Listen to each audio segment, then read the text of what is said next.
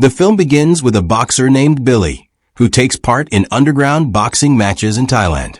Although he's a skilled fighter, he never got the recognition he deserved. Over time, living among the same people he used to fight, Billy slipped into drug addiction. To support his habit, he began selling drugs. Eventually, he was caught by the police with drugs and firearms in his possession, which led to a long prison sentence. Before being transferred to the prison, Billy underwent testing and was briefed on the strict rules of prison life. Any violation of the rules resulted in severe punishment. Life inside the prison was harsh and completely different from the outside world. No one helped anyone without a motive. Everyone was out for themselves. One day, while Billy was fetching water, he got into a fight with a gang. Even though it wasn't his fault, when the guards arrived, the other inmates blamed Billy for the altercation. As punishment, Billy was locked inside a tiny isolation cell, barely big enough to sit in. After spending 3 grueling days there, he was transferred to a different cell. This new cell housed some of the prison's most dangerous criminals, who had formed a gang led by a man named Kang. The gang asked Billy what crime brought him there. When he replied that he was in for drug dealing, they mocked and ridiculed him. That night, while everyone was asleep, Billy went to the toilet and saw the gang torturing a new inmate. He was horrified and wanted to intervene, but they threatened him with a knife, warning him to stay silent or face the same fate. Terrified, Billy returned to bed without doing anything. The next morning, Billy learned that the inmate had died during the night. This devastated him. He had the strength to help, but let fear hold him back. The guilt of not saving the boy began to haunt him. Later, when he approached the prison warden for some medicine, he was told that nothing was free. He'd have to pay or offer cigarettes. It was a clear sign of corruption, and this enraged Billy. He lost control and attacked the guards, even biting one of them on the neck. The other guards quickly subdued him and beat him severely before throwing him into another cell, still wounded. In this new cell, Billy met a transgender inmate named Fame. Fame took care of his injuries, applying ointment and helping him recover, though Billy remained distant and didn't talk much. Eventually, the prison officers restrained Billy by tying his hands and legs to prevent further violence. Life returned to routine. One day at the canteen, Billy saw Fame was handling the distribution. He approached and asked Fame for 2 packs of cigarettes, promising to repay him soon. Fame was hesitant, but feeling pity, agreed to lend him the cigarettes. Billy used the cigarettes to buy drugs, specifically cocaine, from another inmate. After using the drugs, he passed out. That same night, 3 inmates were murdered. The entire prison was put on alert, and all inmates were searched. When the guards checked Billy, they found him unconscious and discovered drugs on him, the same drugs used in the murders. This led them to believe he was the killer. However, Billy was fortunate. The investigation later revealed that the drugs weren't his.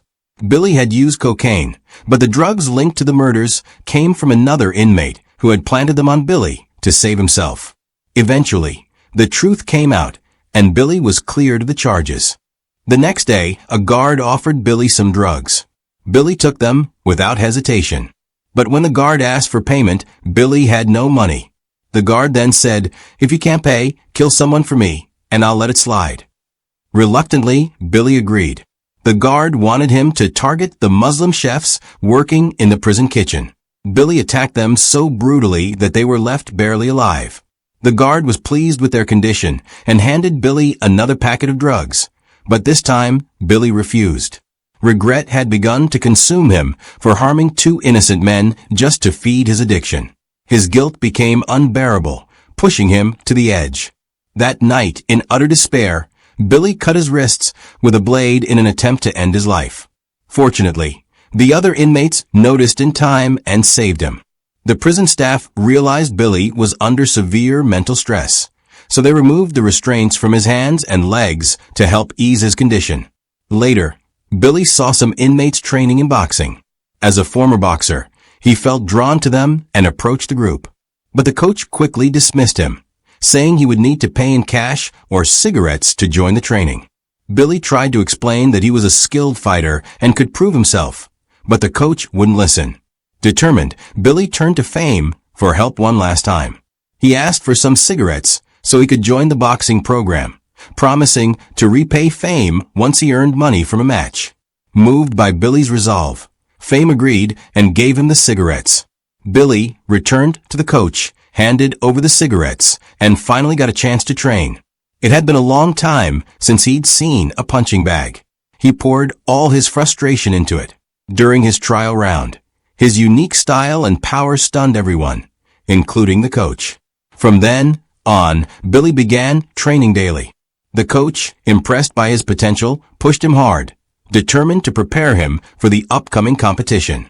One day, when Billy returned to his cell after training, he noticed the prisoners were holding a fish gambling game. Familiar with it, he joined in and ended up winning a lot of cigarettes. With those winnings, he repaid Fame in full for the earlier favor. They started talking. Billy asked Fame why he was in prison. Fame shared that he had killed his father, who used to abuse him for being transgender. Though he hated what happened, the pain lingered. Fame began to cry. Billy related, telling Fame that his own father was the only person he had left in the world, though his dad had no idea he was even in prison. This moment brought the two closer together. Most of Billy's time was now spent in the boxing ring. The coach trained him hard for the competition. Eventually, the big day arrived. Inmates from all over the prison participated, and many high-ranking officers came to watch. When the match began, Billy's opponent dominated him. He landed punch after punch, cutting Billy's ear and swelling his eye. Billy could barely see, but he didn't give up. He kept fighting until his opponent began to tire. At the perfect moment, Billy struck him with a powerful punch, knocking him down, and won the match. Cheers erupted throughout the prison. Inmates and officers alike applauded. Even the prison warden was impressed. He moved Billy to the special cell reserved for the boxing team and told him he'd been selected to represent the prison at a national-level tournament in 2 months. This match would take place in a different prison. In the new prison, the environment was much better. The inmates weren't hardened criminals, but people jailed for minor offenses like Billy. He was given proper food, quality training, and a positive atmosphere. Billy finally began to feel at peace. He bonded with the other inmates, and they even gave him a tiger tattoo on his back, believing it would bring him victory. Billy trained harder than ever, focused entirely on winning the tournament. But one day, while heading to the showers, he was suddenly surrounded by Kang's old gang, the same gang from his previous prison. They beat him badly, furious that he hadn't repaid his debt. Billy begged them to stop, promising to win the tournament and return their money. Kang let him go, but issued a chilling threat. He revealed a syringe filled with the blood of an AIDS patient. If Billy failed to win, they'd inject him with it. Shaken and exhausted, Billy was left deeply disturbed by the encounter. Billy returned to his cell to talk to Fame and clear his mind. But when he got there, he saw Fame laughing and chatting with other inmates. This sight deeply upset him. Billy had been genuinely loyal in their friendship, so seeing this made his anger boil over. Their argument escalated to the point where other prisoners had to step in and drag Billy out of the cell. Now completely shattered, Billy turned back to drugs to calm his mind. While the drugs relaxed him temporarily, they caused internal bleeding. He started vomiting blood and rushed to the prison doctor. The doctor informed him that his organs had weakened due to excessive drug use. On top of that, his intense physical training had caused a hernia. The doctor strictly ordered him to stop both the drugs and heavy exercise, warning that any slip could be fatal. Despite the warning, Billy refused to give up. He had made up his mind.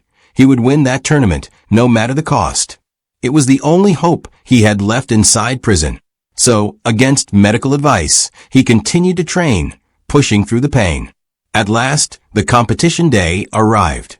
Billy and the other selected inmates were transferred to another prison where the match would be held. The event drew a huge crowd of inmates and high-ranking officers. But right before the match, Billy felt intense pain. It was so bad that he feared he wouldn't be able to fight.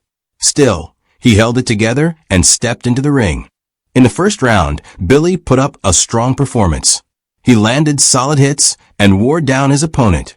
But as the fight went on, Billy's condition worsened. A punch to his stomach triggered intense pain, making his health spiral. The opponent quickly spotted this weakness and targeted his midsection relentlessly. Billy collapsed in agony. His performance dipped so much that everyone assumed he wouldn't be able to continue. Even in the final round, his opponent remained in full control. Then, at the breaking point, filled with frustration, Billy landed a powerful elbow strike to the opponent's throat. The fighter fell unconscious, and with that move, Billy won the match. The crowd erupted in applause. Everyone celebrated Billy's hard-earned victory. Even the warden stood up, smiling proudly and clapping for him. But the celebration didn't last long. Billy's condition rapidly worsened. He vomited blood and fainted. An ambulance was called immediately, and he was rushed to the hospital. Billy remained unconscious for several days. When he finally woke up, he found himself in a hospital bed. His condition significantly improved. A nurse, relieved to see him awake, helped him to the bathroom. But when Billy returned to his room, he noticed there was no guard on duty. Seeing the opportunity, he quietly slipped out of the hospital. For the first time in many months, he walked freely through the streets. It felt good, liberating. But as he wandered farther away, a question hit him. Was this real freedom? Would he live the rest of his life running from the police? That wasn't the kind of freedom he wanted. With that realization, he returned to the hospital.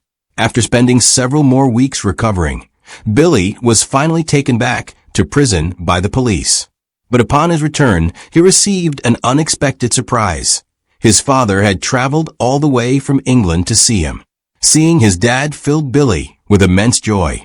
In that moment, it felt like he had regained everything he'd lost. They exchanged heartfelt smiles, and with that, the story came to a close. In the final scene, it was revealed that the film was based on the true story of Billy Moore.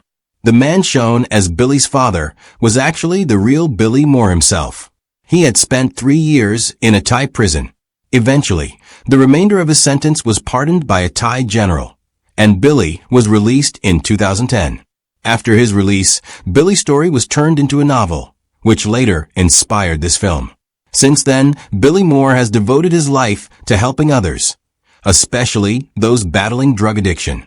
And that is where the movie ends.